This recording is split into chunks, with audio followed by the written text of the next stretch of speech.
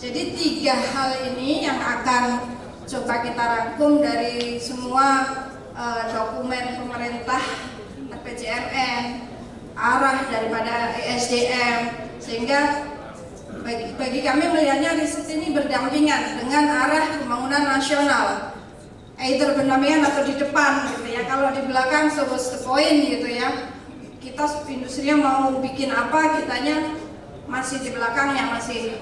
Jadi ini ada Pak Deputi DKP, ada Ibu Deputi Kebijakan Risnov ya Bu Asti ya, bahwa Risnov harus di depan gitu ya, minimal sejalan gitu. Jadi next, dari kita sudah punya banyak milestone gitu ya untuk menuju ketahanan energi kita. Tadi disampaikan Ibu CPOPC, memang Indonesia leading bener nih. Leading bener baik di ekspor sawit maupun di biodieselnya. The next question, ketika kita mau menaikkan ke 50, B50, bagaimana share ataupun ceruk market kita di ekspor? Apakah kita mau let go diisi oleh negara lain, atau kita mau tak mau harus meningkatkan produktivitas industri sawit kita, tanaman sawit kita, dan juga teknologi pengolahannya supaya efisiensi, cost effectiveness-nya naik gitu. Yang mana gitu? Pasti kita berharap yang terakhir ya. Jadi sejak 2008 sampai 2023 ini kita sudah sampai B35. Dan Bapak Ibu sekalian coba tebak, kalau di Malaysia sampai B berapa kira-kira?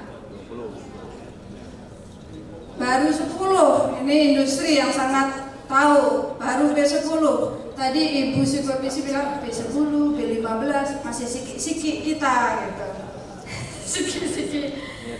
Nah ini jadi peluang kita ya, leading di sini. Next.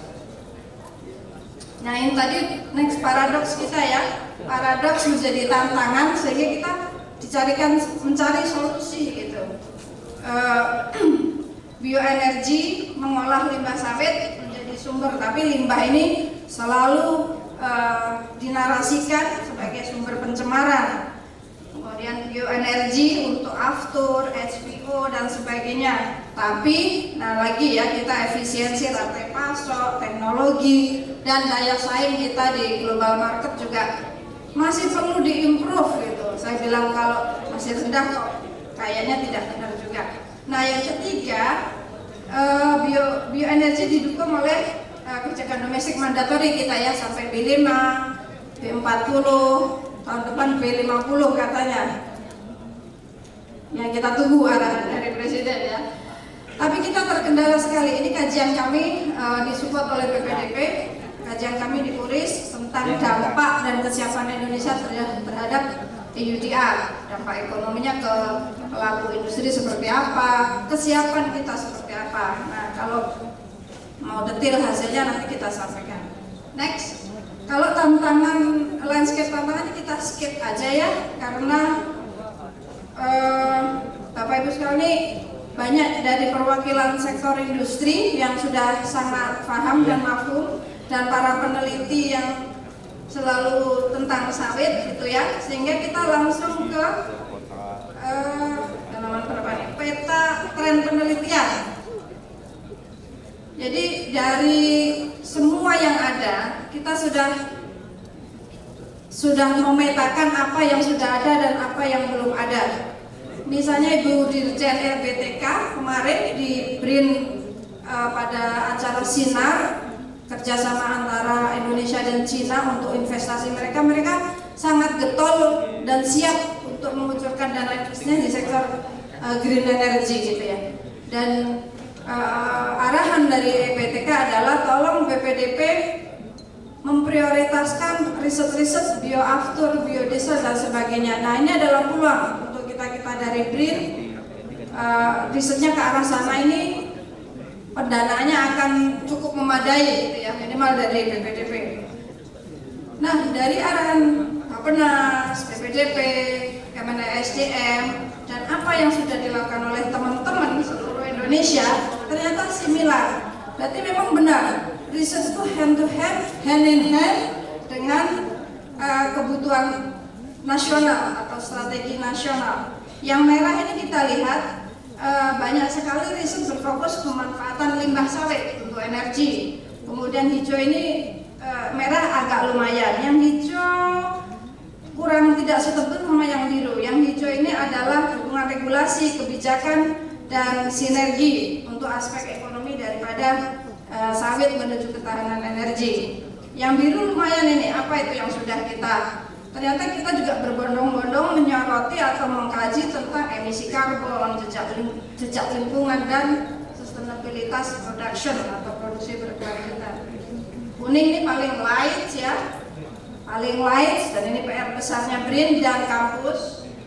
Riset yang mengarah pada upaya inovasi teknologi dan diversifikasi produk atau biobased. Nah ini jelas keluar. In reality memang kita belum banyak riset berarti, karena ini data dari semua yang ada yang sudah dipublish gitu. Next, dalam over the years trennya kemana nih trennya? Jadi trennya ke hijau, semakin tebel itu semakin yang banyak dikerjakan ya. Ternyata yang 2000, yang biru itu adalah yang lately ya. Nah lately ini menjawab hilirisasi, menjawab energi terbarukan, menjawab diversifikasi produk biobased, dan inovasi teknologi biorefinery. Jadi sesuai dengan kebutuhan kita mengarah ke sana, but masih light.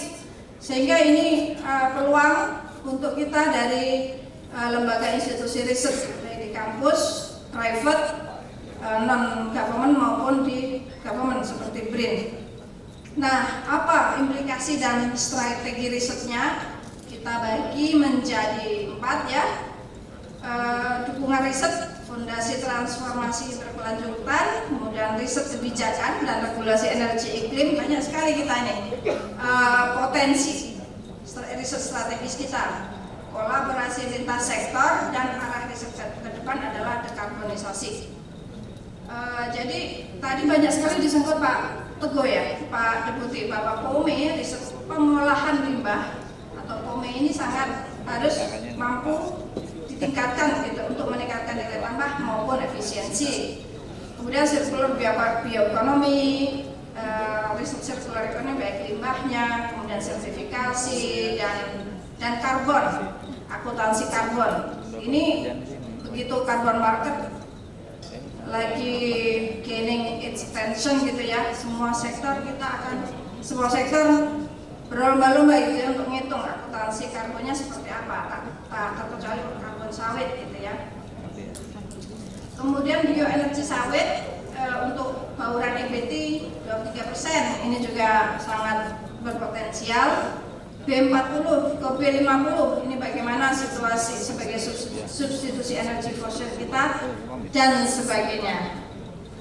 Next, ini sudah ini ya.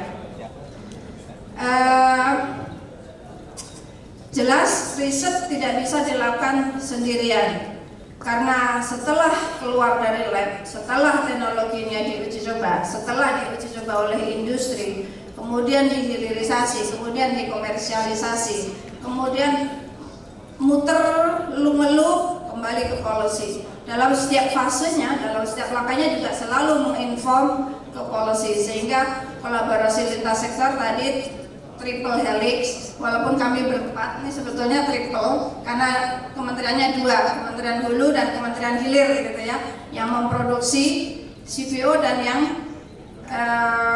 kebijakan untuk hilirisasi ke energi gitu, ada SM, ada Kementerian Pertanian gitu ya. Jadi kolaborasi lintas sektor is a must gitu ya, sehingga riset itu harus policy relevan bahasa kita, atau riset itu tidak hanya riset just riset, but riset is research for science action, research for industry, and so forth. Yang terakhir, arah riset ke depan ini menurut kami, tapi tadi juga banyak sekali yang arahan Bappenas maupun ESDM salah 4-nya, bukan salah 1, salah sekiannya. Carbon capture dan storage dan atau bioenergi ini juga sangat penting menjadi frontier riset yang menjanjikan di bioenergi sawit. Kemudian perlu strategi mitigasi yang terintegrasi untuk memadukan energi terbarukan, limbah, sehingga isu lingkungan dan sebagainya bisa dikelola, di-manage, di-navigate gitu ya, untuk meng-offset karbon. Circular economy harus gitu ya, dan efisiensi global supply chain, rantai pasar dan sebagainya. Next, jadi ini penutup sama dengan yang pertama tadi, kita punya paradoks sawit kita, given all semua potensi dan realisasi industrinya dan kemajuan hilirisasinya, kita masih punya banyak tantangan gitu ya. Peran teknis, peran riset secara teknisnya di POME, di biorefinery, di circular economy, kemudian riset bisa menjadi bagian daripada evidence based policies menuju ketahanan energi Indonesia. Demikian. Wabillahi taufiq wal hidayah. Assalamualaikum warahmatullahi wabarakatuh. Waalaikumsalam. Terima kasih. Bapak Ibu sekalian, memang perkembangan dari industri hilir khususnya yang energi sangat ditentukan oleh riset. Tadi sudah disampaikan Ibu Maulana, banyak sekali sebenarnya ya, riset-riset yang harus dikembangkan.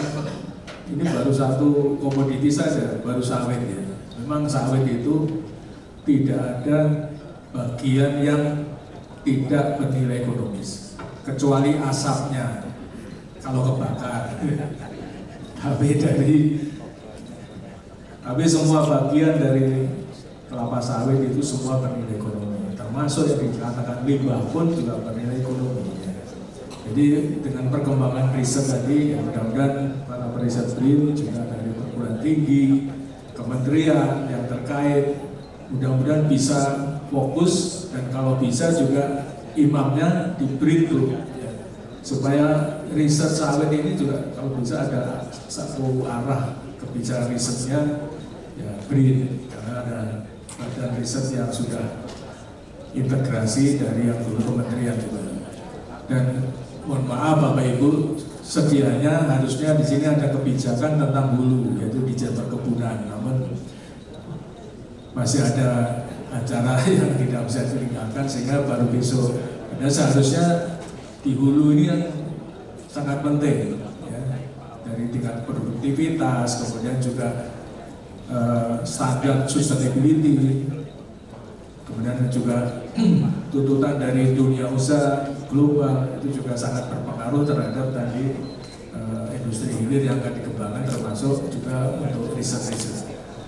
Setelah kita mendengar dari pemerintah, kita selanjutnya akan mendengar dari asosiasi, yaitu Pak Petrus Chandra. Beliau adalah Kepala Teknologi GPPI, Gabungan Pengusaha Perkebunan Indonesia. Ya. Kalau di khusus sawit ada GAPKIN, ada di MSI, Pak Sahat, Dewan Minyak Sawit, ya, banyak sekali juga asosiasi di sawit. Dan untuk kali ini kami mendengarkan dari Pak Petrus Chandra apa yang akan disampaikan dalam mendukung kebijakan dan riset tadi. Silakan Pak. Kalau bisa agak silakan. Assalamualaikum warahmatullahi wabarakatuh. Shalom, salve, om swastiastu, namo buddhaya, salam sejahtera untuk kita semua. Saya mau turun ke bawah saja. Hari ini saya bahagia sekali karena saya ketemu 3 senior saya. Yang pertama Bunda Delima. Bunda Delima yang luar biasa, mengumpulkan orang sendiri banyak. Yang kedua senior saya, Bapak Sahat Sinaga. Saya masuk TK, dia masuk TK ITB, bayangkan berapa seniornya dia. Mungkin dia udah jadi orang paling senior di sana. Yang ketiga Pak Aziz, Bapak Irjen kita. Dia yang memfoto saya di sekali Pak ya. Oke, jadi hari ini saya mencoba melihat dari segi swasta ya yang tergabung di bawah pimpinan Ibu Ma. Next. Nah, perintah Ibu Delima, saya pernah hampir setiap bulan saya diundang atau berbicara di forum, kadang-kadang sebagai pengusaha, sebagai teknisi, sebagai ilmuwan, Ini hari ini saya bicara perintahnya Pak Aziz, kebijakan. Nah, jadi kalau saya bicara dengan BPDB, setiap tahun digelontorkan sekian miliar dana untuk riset. BRIN juga gitu ya, BRIN begitu banyak dana riset. Sinarmas juga riset juga Pak ya. Kita juga, kami juga begitu. Tapi yang kita khawatirkan, malah mungkin saya minta ini Ibu Delima, Bu BRIN, coba dibuat suatu statistik berapa banyak penelitian yang dibuat oleh institusi tersebut yang sampai ke masyarakat. Katanya more than 90% itu penelitian sampai di perpustakaan saja, dapat hukum.